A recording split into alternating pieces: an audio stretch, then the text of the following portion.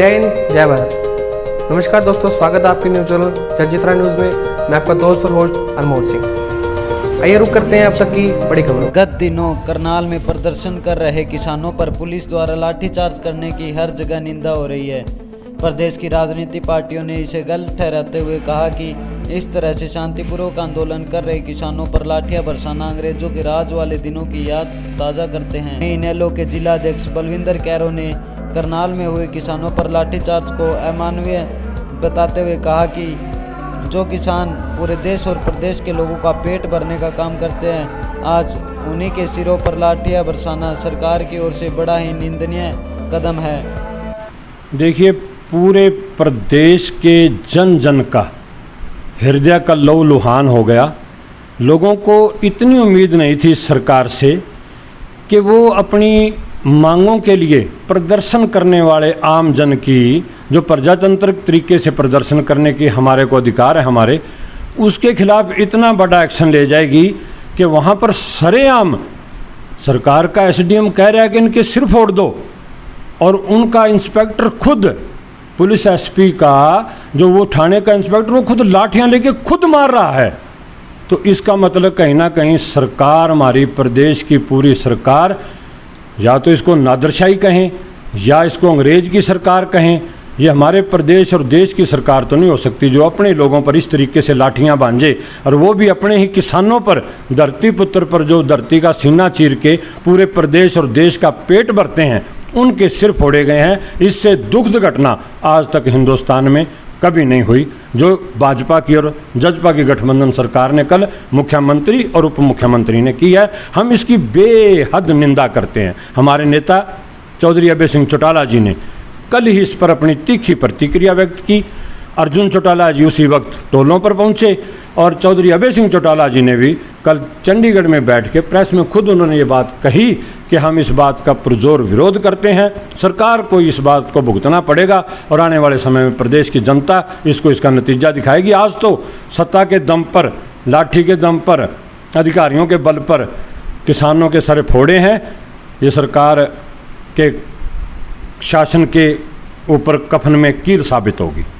Deputy CM ले लो, चाहे और पदाधिकारी ले लो, वो तो इस बात से मना कर रहे हैं कि उनकी नॉलेज में नहीं थी ये लाठियां बरसाना। देखिए, पूरा हिंदुस्तान, और आप लोग तो खुद मीडिया के स्तंभ हो, आप लोग देख रहे हो, पूरी वीडियोग्राफी सारी दुनिया देख रही है, और फिर उसको निकारते हैं। तो मैं तो हद मानता हूँ कि इतने जिम्मेवार लोग, कम से कम उनको ये कहना चाहिए था। हालांकि मैंने खुद डिप्टी सीएम की ये तो एक स्टेटमेंट कहीं अखबार में देखी आज की भास्कर में कि एसडीएम के ऊपर कार्रवाई होगी। तो इसका मतलब कैसे नकार रहे हैं वो? जब वो एक तरफ खुद कह रहे हैं एसडीएम के ऊपर कार्रवाई होगी, तो फिर वो कैसे नकार रहे हैं? दूसरी तरफ मुख्यमंत्री को उसी वक्त प्रेस के साथियों ने पूछा तो वो अपना पल्ला छुड़ाते हुए, जान बचाते हुए वहाँ से भागे हैं। देखिए, ये बेहद गलत त्रासदी है। हम इसकी निंदा करते हैं और लोग इसको माफ़ नहीं करेंगे। और ये सरकार का खास करके आज उनको सत्ता का नशा है, ये नशा लोग जल्दी उतारेंगे। और जो 9 महीने से किसान अपनी मांगों को लेकर, पूरे देश की मांग है, वो हर वर्ग किसान से जुड़ा हुआ है, हर वर्ग का आंदोलन बना हुआ आज के दिन। लाठी गोली से ये आंदोलन, ये अगर सरकार चाहे तो दबा नहीं पाएगी। लाठी गोली से तो अंग्रेज भी राज नहीं कर पाए, लाठी गोली से तो मुगल भी राज नहीं कर पाए, लाठी गोली से ये सरकार राज करना चाहती है। ये सरकार का बहुत बड़ा वहम है, और वो वहम प्रदेश की जनता निकालेगी। एक डिप्टी सीएम दुष्यंत चौटाला ने प्रेस वार्ता को संबोधित करते हुए कहा था कि जो विपक्ष है, विपक्ष इस मामले को ज़्यादा तूल दे रही है। किसान ऐसा नहीं चाहते हैं, लेकिन विपक्ष ने तूल दे करके इसे ना हरियाणा के अंदर ही केंद्रित कर दिया है, जबकि किसान तो पूरे हिंदुस्तान के अंदर है। सरकार ने खुद इसको हरियाणा में केंद्रित करना चाहा है, जबकि पूरी की पूरी जथेबंदियां, किसान, विपक्ष को या राजनीतिक पार्टी को तो कोई मंच पर भी नहीं चढ़ने देता। वो तो केवल मात्र एक चौधरी अभय सिंह जी ने अपने विधायक पद से इस्तीफा देकर और उस पद को छोड़कर किसानों के लिए उनके समर्थन में जाकर गए, तो उनको किसानों ने ज़रूर उसमें वो करने दिया है। अदरवाइज राजनीतिक पार्टियां या विपक्ष या हम लोग, जो इंडियन नेशनल लोकदल सदा ही प्रदेश का विपक्ष रहा है, चौधरी अभय सिंह जी की बुलंद आवाज़ सदा ही गूंजती रही है, वो कहीं भी इस बात के लिए तो इन्वॉल्व नहीं है, क्योंकि सीधे सीधे सरकार खुद चाह रही है कि किसी तरीके से ये बवंडर, ये बखेड़ा जातीय बने हमारा आपस का बने, भाईचारा टूटे और प्रदेश में ये ज़्यादा से ज़्यादा हो। पूरा जो श्रेय है ये चौधरी मनोहर लाल खट्टर जी जो हमारे मुख्यमंत्री हैं सेंटर की ओर से लेना चाहते हैं कि देखिए मैंने आपका दुख दर्द बांटा है। दिल्ली को घेरे हुए किसान बैठा था, मैंने उसको हरियाणा में अपने भाइयों के खून खराबा करवा के उसको इधर डाइवर्ट करने की कोशिश की है। कहीं ना कहीं उनकी मानसिकता जल कर रही है, क्योंकि वो जानबूझकर ऐसे प्रोग्राम रख रहे हैं जहाँ कोई ना कोई शरारत उनके द्वारा कर दी जाती है। पहले भी सिर फुटे हैं, पिपली में भी सिर फुटे हैं, और ये बताओ किसने किया है। अब जब सरकार खुद ऐसा काम करना चाहिए तो विपक्ष के ऊपर दोष लगाना गलत है, और क्या होना चाहिए। इसके बाद तो देखिए आज जो हालात प्रदेश के बने हुए हैं, इस आशा से लोगों ने भाजपा और जजपा को नहीं बनाया था। जजपा को तो खैर वैसे भी इनके साथ नहीं चुना था, वो तो थी अलग। भाजपा को देश का जो प्रतिनिधि था, कांग्रेस से तंग होकर लोगों ने उस वक्त की सरकार चुनी थी। और जो मोदी साहब ये कहा करते कि 2022 तक किसान की आय दुगनी हो जाएगी, व्यापारी, छोटे मजदूर, कर्मचारी की आय दुगनी हो जाएगी, मैं देश की हालात बदल दूंगा। हमें नहीं पता था, देश के लोग ठगे से महसूस कर रहे हैं कि दुगनी आय करने का तरीका ये था कि मैंने अंडानी और अंबानी को सब कुछ दे देना है। सारे सेक्टर आज अंडानी और अंबानी कब्जे में कर रहा है, ये हमें लग रहा है। हालांकि हमारा बड़ा ही प्रतिष्ठित पद है मुख्यमंत्री और प्रधानमंत्री का, लेकिन हमें लग रहा है कि ये प्रधानमंत्री पूर्णतः अंडानी और अंबानी गैंग काम कर रही है। हमारे देश की पार्टी की या संवैधानिक तौर पर कोई व्यक्ति काम नहीं कर रहा, ये तो अंडानी और अंबानी के इशारे पर काम चल रहा है। पूरी की पूरी BSNL हमारी तहस नहस कर दी गई है। इससे और दुर्भाग्य और विडंबना क्या होगी कि BSNL की जो पूरे देश के अंदर इतना बड़ा तंत्र था, उनके जहाँ जहाँ टावर हैं, जहाँ जहाँ एक्सचेंज हैं, वहाँ वहाँ आज पूरी की पूरी जियो काम करने लग गई है। तो इससे बड़ा उदाहरण और क्या होगा कि इस प्रदेश और देश की इतनी बदकिस्मती है।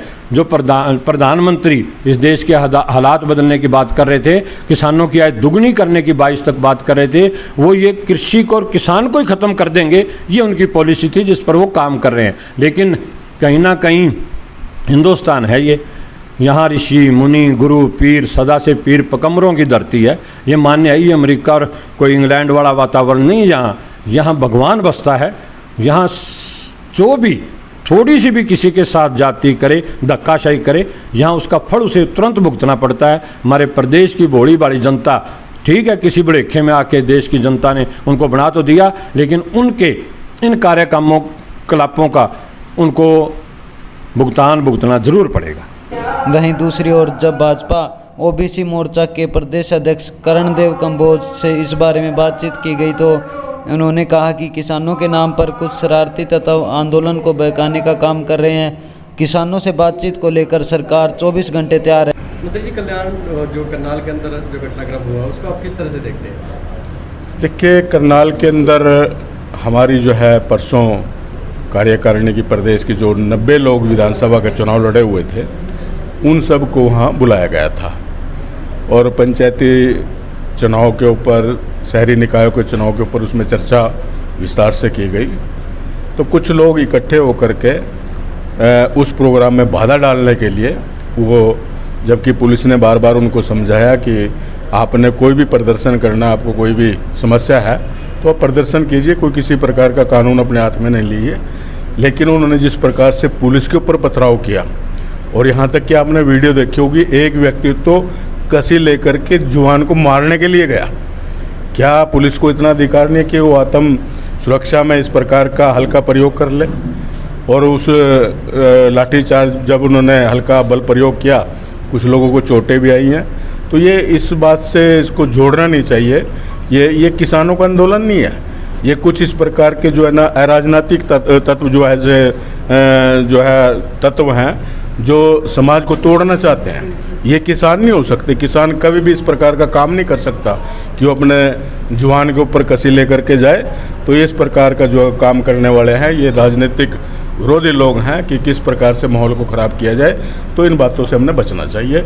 और मैं तो सभी से निवेदन भी करूंगा कि अगर किसी को कोई समस्या है वो आए, बात करे। सरकार जो है ना हर समय बात करने के लिए तैयार है। और अगर उन्होंने कोई किसी प्रकार का प्रदर्शन भी करना, कोई तकलीफ है, तो शांतिपूर्ण तरीके से, लोकतांत्रिक तरीके से अपना जो है ना वो धरना दे, प्रदर्शन करे, उसमें हमें कोई आपत्ति नहीं है। आज तक के लिए इतना ही। कल मिलते हैं कुछ खास खबरों के साथ।